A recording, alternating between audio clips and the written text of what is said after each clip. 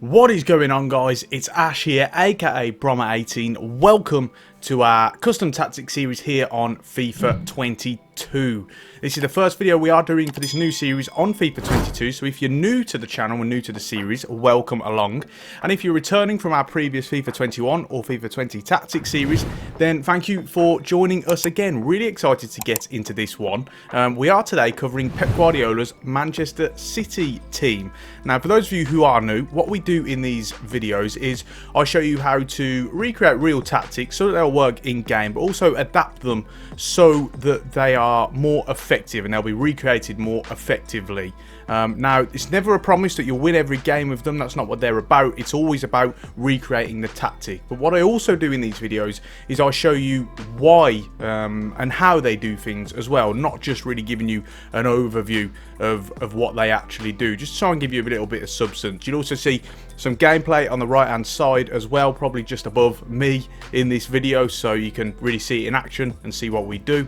And what's new to the series this year is I'm also going to be showing you different instructions and roles depending on the team. So for example, with Man City, what you might see is in this case we've got Torres up front and we've got Jesus on the right and Grealish on the left. We've got De Bruyne and Gundogan in there, but then you might see if De Bruyne doesn't play, maybe Bernardo Silva's in there, and then maybe Foden's playing up front instead of Ferran Torres. So really going to show you the roles depending on the personnel in place as well. Finally, before we do get into it, just one thing to tell you: if you haven't already seen it, then please go and check out my Borussia Dortmund realistic career mode series on FIFA 22. We try and play in utilise a philosophy that is representative of that of Dortmund. We try and utilise youth players as Dortmund do, just make it as realistic as possible in terms of transfers, gameplay, everything. So we started that series, so if you are into career mode, do go and check that one out before coming on to this one. On that note, it is time to get into the tactic. So, with Guardiola's Man City, we've seen, of course, changes this year now that Aguero has gone and they don't have an out-and-out recognised striker other than Jesus. Guardiola has mixed it up a little bit. And you're generally seeing Jesus come out more onto the right. Now, first things first, let me talk to you about the position changes. As you'll notice, there's a couple of players who are in at different positions here. One is João Cancelo. Now, he's actually playing at left wing back, and the reason why we do that is so that we can get them in game further forward, further wide. They just create, well, it gives them a more of an advanced role in the game. And so compare that to right back, where you see Kyle Walker is playing as just a flat right back. The reason being is that you'll notice when Man City play, the left back generally is bombing forward. He's the one getting forward, overlapping, putting crosses, getting to the byline, really getting into those advanced areas. Whereas the right back, often Kyle Walker, plays more of a defensive role. He's often more inverted. He'll come into the central midfield and often give a passing option. The only time he'll bomb forward is when he's on the ball, and he'll occasionally do that. But generally, off the ball, he'll stay inverted. So this is how you're trying to recreate that. By moving the left back to wing back and then keeping the right back at full back. You'll also notice that De Bruyne here has been moved up, and he has been moved up to cam, and that is so in the instructions we can get him drifting wide, which we're going to go into after, and I'll talk about that a little bit more. But you'll also notice they get into those advanced pockets of space more often than what they would as a central midfielder such as Gundogan. So other than that, the positions are absolutely fine. It is, of course, the 4-3-3 holding formation, by the way. We have, of course, made that changes to left wing back and cam as well. So moving on to the tactics. First things first, defensively, we've got press after possession loss, and that's to reflect how they're very much a counter-pressing team. They don't pressurise all the time, not in an extreme pressing way as such a Bielsa team would. Very much about counter-pressing. Now, sometimes what you'll find is they'll press as a unit if the opposition maybe start playing themselves into trouble, and someone will instigate that press. Now, the best way for you to reflect that in game is on the D-pad, you press down and then you press left, and that will instigate team press. And for about 8 to 9 to 10 seconds, your team will start to press a little bit more, and that's how you can instigate that in game. So you can still press when you want to. Bear in mind there is a cooldown on that as well, but generally they're looking to only counter press when they lose the ball. With width, this is down to 20. Virtually every team will, when out of possession, become narrow, become compact, and just prevent teams playing through them. It's really, as Jose would call it, it's a basic principle of play. And so, you know, we have this on 20. This is to help you not let teams play through you very much so. Next up, in terms of depth, this is up to 80. That means it will be a high line to help instigate and support that counter press and that possession orientated system as well. The only reason we have this down to 80 is just so to really give you a little bit of leeway in terms of balls in behind. Obviously very easily exploitable from the AI or from other people on this game, and so you still got a high line when it's at 80, but they'll drop off a yard or two, and that's very much something we've carried over from FIFA 21 as well. Moving on to the offensive side of the ball. First things first, with the changes this year, we've got build-up play and chance creation now. And with build-up play, we have slow build-up, and chance creation, we have possession. Now, it's worth bearing in mind that City are obviously very much about movement, you know, penetrating the opposition defence, running in behind. But we're not going to actually put forward runs on, because the way we're going to replicate that in game is through individual player instructions. So you'll be able to still have that really aggressive, active-minded team with players trying to penetrate the opposition, but it will be done through the player instructions. We have this on chance creation, on possession instead, to really try and get those central midfielders in particular really closing down and supporting each other as much as possible. And the width plays into that as well. We've got this down to 20 for the same reason. Again, with player instructions, you'll notice that a couple of players are on stay wide. The wing back will of course be on overlap, which means they're going to get as wide as possible. So that's how you're going to create the space in the wide areas, but you're still going to have the likes of the central players really condensing and supporting that whole possession orientated style. On players in the box, this is on 7, so you're going to have the front 3, and then you might have an extra central midfielder, usually someone like Gundogan, who's very much a box-to-box minded midfielder. If not, occasionally De Bruyne will drift into the box, but generally it's going to be between 3 to 4, and that's how you get it from 7. With corners and free kicks, what we've always done in these videos, and I am going to start to try and personalise them, but for the majority of teams the principles are the same. They'll have a couple of players back, usually 2. They'll have one on the edge of the area, and then the rest will really go into the box. Sometimes one might come short as well, and that's what you're going to get with this on 4, and the same with free kicks as well. It's worth bearing in mind that, you know, you can up this should you want to. It doesn't really matter too much in terms of trying to replicate the system, because ultimately with set pieces they're quite limited on this game. You know, you can't do a lot of design set plays, so generally as a rule of thumb we just stick to 4 unless the teams do otherwise. So that will round it off for the tactics then, guys. Let me now show you the player instructions. Now remember, as I alluded to at the start of the video, I am going to show you the instructions for this sort of lineup, and then I'm also going to show you instructions for when other personnel come in, such as Foden or Bernardo Silva, etc. It's also worth bearing in mind, something that I forgot to mention at the start of the video, is that in the gameplay that you're seeing on the screen, I have messed with sliders. I have changed the sliders a little bit, and you'll see that in action as well. You'll also see me sometimes pressing the start, going onto the start menu and messing about with the controls as well, such as tactical and legacy defending. You know, I am releasing this video when FIFA, around about the time FIFA has been released, which means I'm still trying to get to grips with the gameplay, so please do bear that one in mind. So first things first, we have Ederson, and this one is fairly obvious. We have him on come to crosses and sweeper keeper as well. We know he likes to very much play on the front foot and come out when he needs to, so that's perfectly represented, and it's also nice to have him as an aggressive keeper as well, to try and release some pressure from you on the likes of set pieces and crosses. With the 2 centre backs, these are perfectly fine, so you don't need to change these at all. And then on to the fullbacks. So we've already alluded to it here. With Walker, we've got him on stay back while attacking and inverted as well. And like I say, you can get him to drive forward when he's on the ball when you need to, because he will occasionally do that, and he'll utilise that sort of pace and powerful runs. But generally he's going to try and support the midfield, and he's also there to combat the opposition counter-attacks as well. It's something that's you really see more and more in the modern game now, rather than both fullbacks overlapping. Whereas on the other side, with Cancelo in this case, we have him on join the attack and overlap. And that's something we've obviously already really spoken about. Just trying to get him as far forward and advanced as possible in that wing-back role. Moving on to Rodri next. First things first with defensive behaviour, cut passing lanes. So Man City very much employ a lane orientated press anyway, rather than going man to man, such as again Marcelo Bielsa. But it's also worth bearing in mind that on this game, man marking doesn't particularly work very well. You know, your midfielders won't track the opposition midfielders into the box. It's something that EA just haven't addressed. So, you know, that wouldn't work anyway. But in this case, cut passing lanes does replicate that fine. On attacking support, we've got him on stay back while attacking. Again, looking to combat any opposition counter-attacks. And also play the role of a pivot as well. And that will play into positioning freedom here, where we have him on free roam. And this is a really good addition into the game this year. It gives you a chance to have that sort of deep line playmaker.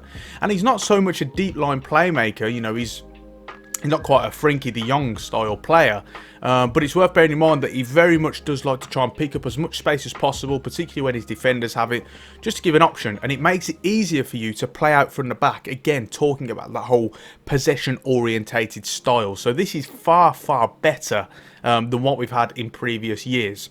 And finally on defensive position, this is on cover centre. The wings will be covered, one by Walker, who's inverted, but also by the two central midfielders in front as well. You know, he's very much looking to lock down those central positions, so you don't really want him being dragged out too much if you can help it. Moving on to the central midfielders next, we'll start with Gundogan, and as we've already alluded to, he's a really box-to-box man. So we have him on get forward, and we have him on get into the box for crosses as well, and that just replicates that pretty much perfectly actually. I'm pretty sure it's him who nearly scores on the goal, and then it bounces off Ferran Torres and goes in. You know, not the greatest of goals, but is one we'll take. But again, he's talking about providing those options, and that's how he gets so many goals. In particular last season, he was so dangerous, scored a lot of goals when on that terrific run of form, and it's really that sort of box-to-box role that has allowed him to do that, getting into those advanced areas and getting into the box as much as possible. And as we've already spoken about, defensive position, him on cover wing as well to fill those areas if and when he needs to. Moving on to De Bruyne next, if I can get to him. So defensive support come back on defence, but it's worth bearing in mind, and we'll speak about this with the wingers as well, is that generally you hope to be controlling possession as much as possible. Now, I know it's harder against the AI on FIFA because generally they'll take it to the corner flag and then just pass it around and mess about with it. So it's harder to keep possession. But hopefully you will be maintaining possession for a lot of the time, 60% plus. So he won't be needing to track back that much if and when he can help it. With support and crosses, stay on the edge of the box. Again, he's looking to be that out ball and that outlet to recycle possession and pick it up on the edge of the box, because you've got the likes of Gundogan, who has of course stormed into the box, as well as the front three as well. Now with positioning freedom, this is on drift wide, and this is partly why we put him up to central attacking midfield as well. It's because it allows him to drift wide, and what you'll find so often, what he does so well, is he'll drift into those either half spaces or very much out onto the right completely. And then he just starts whipping balls in and putting passes in. And it's so deadly. He makes these fantastic runs into the channels as well, angling them from the centre of the pitch. And it just does create a mismatch option, particularly when you've got the likes of Gabriel Jesus cutting inside. You know, you've got those switches. And also because obviously in this case Walker is inverted, so you want someone to be coming on and drifting into that right hand side just to give a little bit of support there. And so that rounds it off for his roles. Now we can move on to the front three, and bear in mind that I'm going to change these very shortly as well. So with Jack Grealish, come back on defence again. It will be the same with Jesus, but with chance creation, he's on stay wide. He's always getting to the touchline as much as possible, getting as much space for himself, and then it means that when he gets the ball and when they give it to him, it allows him some space to start running at players, because that's what he does so well, really driving into space and then picking up that momentum, and then he goes from there. So you want him to stay wide as much as possible, really. With support runs, this is on balance, and this is going to partly play into the fact that we've got Torres here. Sometimes he'll run in behind, but you don't always want him running behind, because like I say, you want him getting onto the touchline and really looking to receive that ball. So he's very much going to switch in between running in behind and also sort of staying and showing for the option as well. And finally, for support on crosses, get into the box for the cross, as we've already spoken about in the tactics. Now, with Gabriel Jesus, it's a little bit different. We've still got him on comeback on defence, but this time with chance creation, we've got him on cut inside, and his support runs always on getting behind. Again, we've already alluded to it with the De Bruyne role, and that's how he'll be angling his runs from the right-hand side. And he's really playing that sort of false winger role, I guess, but this time, rather than coming into the central positions as a midfielder, he's acting as like a second striker. And that's again playing into the fact that obviously they've got, in this case, they've got Torres up front, who again, not a natural forward, but starting to adapt to that role. Support on crosses, also get into box for the cross as well. But again, it's all about offering that second striking option. Again, you've got more options in the box for cutbacks and passes in, etc. as well. So it's going to really give you that support in those box areas. And finally, with Ferran Torres, support runs, this is unbalanced. You know, whether stay central or drift wide, he can really do a bit of both. He won't be doing too much drifting wide, but he will occasionally. And attacking runs, he's actually on getting behind. Now, there is a common misconception I'm seeing here of people saying he's a false nine. And I think the reason people treat him as a false nine is purely because he's not a natural striker, because he's a winger and now he's playing up front. People just assume that he's playing this false nine role, but it's not actually true. You know, what he does so well is his runs, his movement, his running in behind. Now, he will occasionally drop off and he'll feed the players that are running in behind, such as Jesus, which is how we're going to recreate that with comeback on defence. I'll talk about that shortly. But generally, he's going to try and penetrate the opposition defence. So if you've got him on false nine, he's not, you know, he'll be dropping into the midfield and acting as basically a fourth midfielder. And that's not what he does. And that's not his strengths either. So surprising to see so many people saying false nine. But Torres, in this case, doesn't play as the false nine. However, as we just alluded to, we have him on comeback on defence. And that just means when you do recover the ball in your own half, he'll be a little bit deeper, and then he can feed the players running in behind, like Grealish, like Jesus, like maybe a Gundogan as well. So you've still got a little bit of emphasis on that, but generally you want to be looking to utilise his runs in behind. So that's it for this base team then. Let me show you what it's like with a couple of position changes. Now, what I've done in this case is I've actually done it on a different game plan. We've done it on the attacking game plan. Now, if I just switch the players around a little bit here, for this example, what we're going to do is we're going to put Gundogan here, and we're going to bring in Bernardo Silva. And then what we're also going to do is we're going to put Foden up front, and then we're going to put someone like Riyad Mahrez on the right. And I actually did this in the game as well. You've probably noticed on the gameplay, we did make these subs. And I actually think it worked a little bit better like this, really with an actual false nine, and also having someone like Silva drift wide as well. So now if we go to this attacking game plan here, you'll see there's a little bit of switches. In fact, what I'm going to do is switch Gundogan and Silva back there. And so you might be wondering what this is all about. So first things first, let's say De Bruyne isn't playing and Silva's playing instead. What you'll notice is that Gundogan still plays that box-to-box role. Silva is a like-for-like replacement for De Bruyne, but instead of drifting out onto the right, he'll actually do more drifting out onto the left. And the reason being is that Bernardo Silva is very much a left-footed player, and he rarely uses his right foot. So unlike De Bruyne, where he's going onto the right and he's whipping balls in with his right, although he can do his left as well, with Silva, it's generally going to be on his left. So that's going to allow you to do that. So looking at his instructions, they're exactly the same as what they would be De Bruyne's. The only difference is this time he's out on the left-hand side. Now, you might be thinking that perhaps this is going to overload the left-hand side a little bit and there's a little bit too many people on there.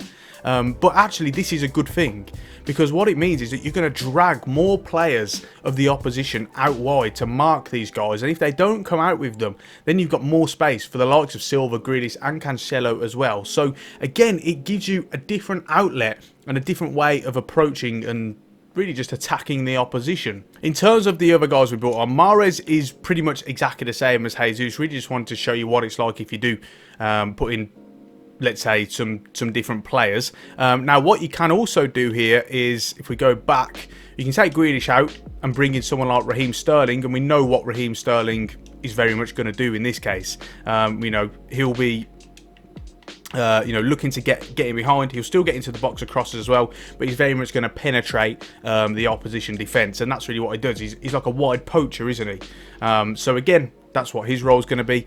And then with Phil Foden, this is where you've got the false 9. This is where very much he's going to be looking to drop off rather than running behind. Again, he will occasionally do that, and you can recreate that by really pressing LB and A or L1 and X, so that when he passes it off, he'll then run in behind. But very much it's going to give you that overload, and also fills the gaps left by someone like Silva in this case as well.